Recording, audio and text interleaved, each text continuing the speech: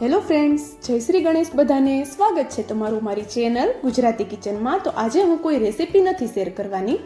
આજે આપણે એક હોમ રેમેડી જોશું જેના ઘણા બધા ફાયદા છે. અત્યારે તહેવાર અને બદલાતી ઋતુના કારણે ખૂબ જ બીમારીઓ ફેલાય છે. તો શરદી, ઉધરસ, તાવ, કફ બધામાં ખૂબ જ ફાયદાકારક રહેશે અને ઇમ્યુનિટીને પણ બૂસ્ટ કરશે. તો તાવ, શરદી, ઉધરસ ના હોય અને બદલાતી ઋતુ હોય ત્યારે આ રેમેડી બનાવી અને ઘરના બધાને આપશો તો તાવ, શરદી, ઉધરસ, વાયરલ જેવી કોઈ પણ બીમારી તમારી ઘરે નહીં આવે. અને વળી આ રેમેડી સ્વાદમાં પણ સારી બને છે, તો બધા આરામથી પી પણ લેશે. તો ચાલો બનાવીએ.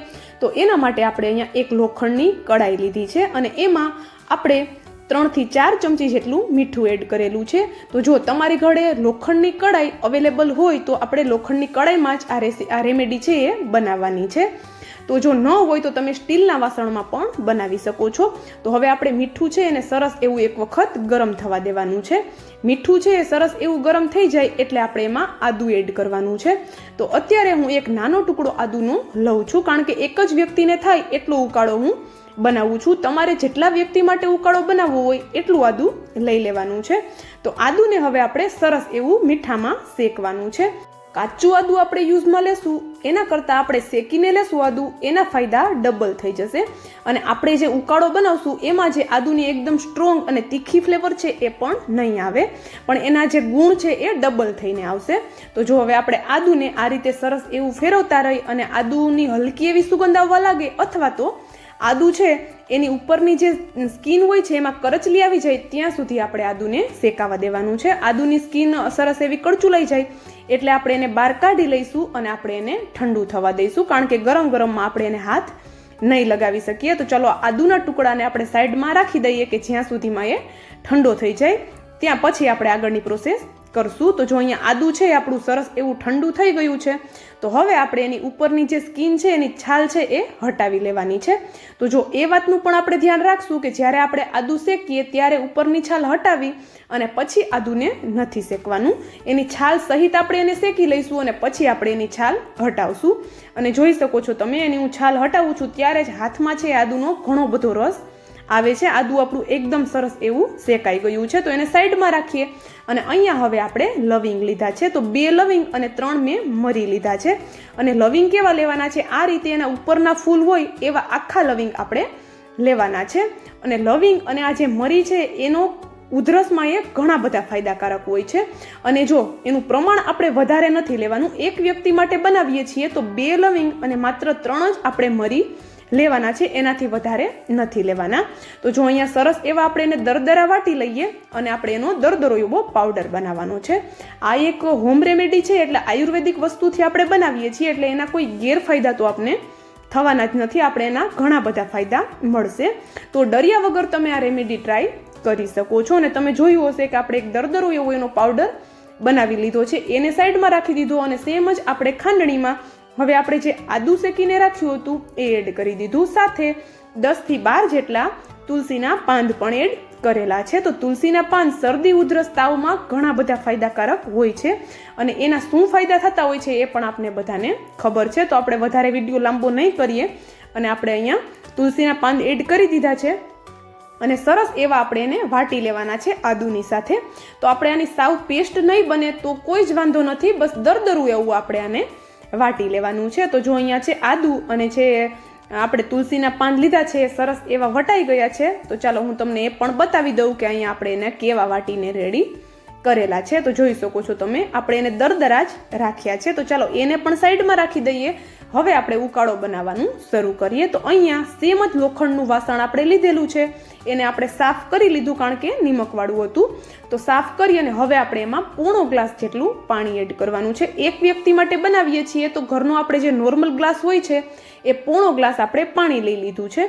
પાણી સરસ એવું ઉકળે એટલે આપણે એમાં 2 ચપટી જેટલા અજમા લેવાના છે. તો જો અહીંયા હું જે પણ માપ બતાવું છું એ માપથી જ તમારે લેવાનું છે, પણ એમાંથી થોડું ઘણું માપ તમારું આગળ પાછળ થશે તો કોઈ જ પ્રોબ્લેમ નથી થવાનો. પણ અહીંયા 2 ચપટી જેટલા અજમા બતાવ્યા છે એની જગ્યાએ તમે 1 ચમચી અજમા એડ કરશો તો પછી વધારે પડતી વસ્તુ કોઈ યુઝ કરશું એના તો થોડા ઘણા ગેરફાયદા તો આપણે થશે. તો આપણે એ ધ્યાન રાખશું. સાથે અડધી ચમચી જેટલી હળદર એડ કરી દીધી અને આપણે અહીંયા 1 ચપટી જેટલું મીઠું એડ કરવાનું છે. નોર્મલ જે આપણા ઘરમાં મીઠું આપણે વાપરીએ છીએ એ જ મીઠું અહીંયા 1 ચપટી જેટલું એડ કરેલું છે. તો માપ તમે જોયું હશે કે આપણે અહીંયા 2 ચપટી જેટલા અજમા, અડધી ચમચી જેટલી હળદર અને 1 ચપટી જેટલું મીઠું એડ કરેલું છે.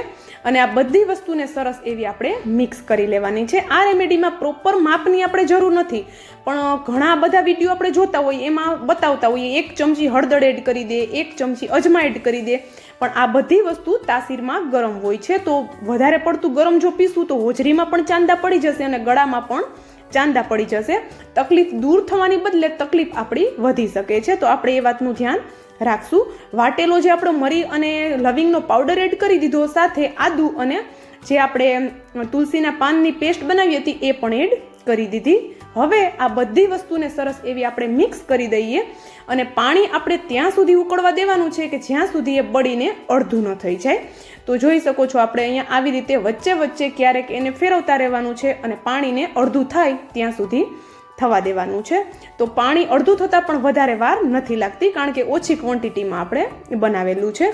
તો અહીંયા જોઈ શકો છો પાણી સરસ એવું અડધું થઈ ગયું છે, સાથે જ એનો કલર પણ ચેન્જ થયો છે, કારણ કે જે હળદરનો પીળો કલર છે એ તો આવ્યો છે, સાથે લોખંડની જે કડાઈ છે એનું આયરન પણ એમાં આવ્યું છે. તો ખૂબ જ ફાયદાકારક, એકદમ મેજિક એવી આ રેમેડી બને છે. તો જો પાણી છે અડધું થઈ ગયું છે તો ગેસની ફ્લેમ આપણે બંધ કરી દીધી અને હવે આપણે આ પાણીને એક ગરણીની મદદથી ગાળી લઈએ, કારણ કે આપણે જેમાં વસ્તુ એડ કરી છે પીતી વખતે મોઢામાં આવશે તો નહીં મજા આવે. અને આપણે જે એના ગુણધર્મો જોતા હતા એ તો બધા આપણા પાણીમાં આવી ગયા છે. તો હવે આપણે એ વસ્તુની કોઈ જરૂર નથી. તો ગરણીની મદદથી આપણે એને ગાળી લીધું અને એક આપણે વાસણમાં પાણીને લઈ લીધું.